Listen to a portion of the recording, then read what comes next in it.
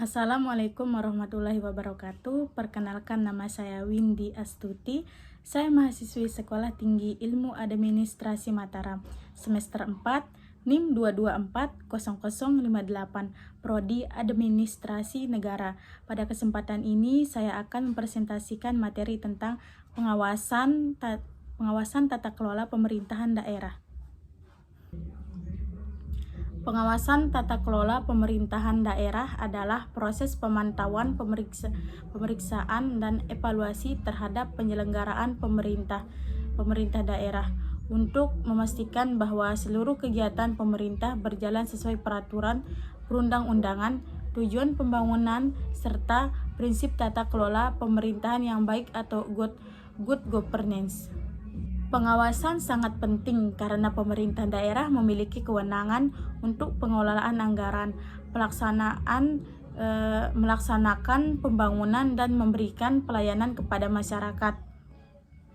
Tanpa pengawasan yang baik, dapat terjadi penyimpangan, penyalahgunaan wewenang, dan pemborosan anggaran. Tujuan pengawasan. Pengawasan tata kelola pemerintahan daerah memiliki beberapa tujuan, yaitu yang pertama, memastikan program dan kegiatan pemerintahan berjalan sesuai rencana. Yang kedua, meningkatkan akuntabilitas dan transparansi dalam pengelolaan keuangan daerah. Yang ketiga, mencegah terjadinya korupsi, kolusi, dan nepotisme. Yang keempat, meningkatkan kualitas pelayanan publik kepada masyarakat. Yang kelima, menjamin bahwa penggunaan anggaran daerah memberikan manfaat yang maksimal bagi masyarakat. Bentuk pengawasan. Pengawasan pemerintah daerah dibagi menjadi dua, yaitu yang pertama, pengawasan internal. Pengawasan internal dilakukan oleh aparat yang berada di dalam lingkungan pemerintah daerah seperti inspektorat daerah. Tugasnya adalah melakukan audit, evaluasi, dan pembinaan agar setiap kegiatan pemerintah berjalan sesuai aturan. Yang kedua, pengawasan eksternal. Pengawasan eksternal dilakukan oleh pihak di luar pemerintah daerah seperti DPRD, Badan Pemeriksa Keuangan (BPK), serta masyarakat. Masyarakat dapat berperan melalui kritik, saran, dan laporan terhadap pelayanan atau kebijakan pemerintah. Prinsip tata kelola yang baik.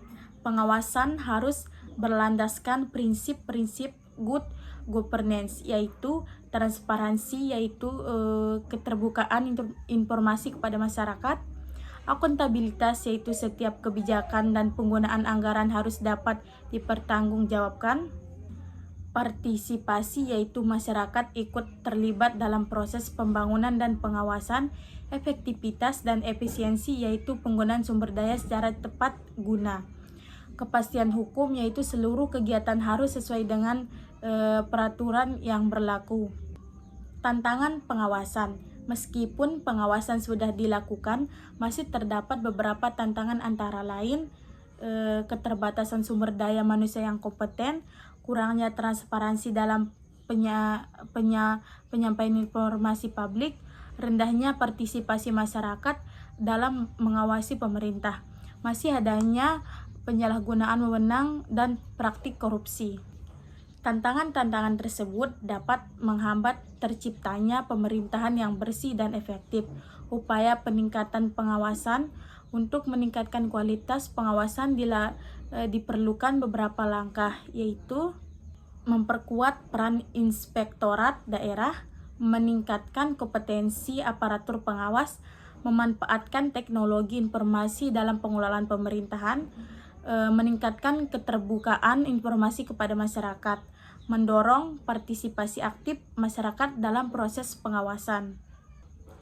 Kesimpulannya, sebagai kesimpulan, pengawasan tata kelola pemerintahan daerah merupakan aspek yang sangat penting dalam mewujudkan pemerintahan yang transparan, akuntabel, dan efektif. Pengawasan dilakukan melalui mekanisme internal maupun eksternal dengan tujuan mencegah penyimpangan, peningkatan pelayanan publik, dan memastikan pembangunan daerah berjalan sesuai tujuan.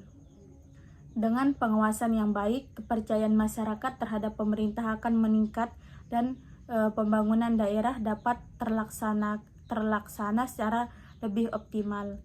Baik, di sini saya juga akan menjelaskan tentang dinamika dan tantangan otonomi daerah di Nusa Tenggara Barat atau NTB. Otonomi daerah memberikan kewenangan kepada pemerintah daerah untuk mengatur dan mengurus urusan pemerintahan sesuai dengan kebutuhan serta potensi daerah masing-masing. Di NTB, pelaksanaan otonomi daerah telah mendorong perkembangan berbagai sektor terutama pariwisata, pertanian, perikanan, dan peternakan. Daerah seperti Lombok dan Sumbawa berhasil mengembangkan potensi lokal sehingga mampu meningkatkan perekonomian masyarakat. Selain itu, otonomi daerah juga memberikan ruang yang lebih besar bagi masyarakat untuk berpartisipasi dalam proses pembangunan dan pengambilan keputusan di daerah. Namun, pelaksanaan otonomi daerah di NTB masih menghadapi beberapa tantangan. Pertama, masih terdapat kesenjangan pembangunan antara wilayah perkotaan dan daerah terpencil.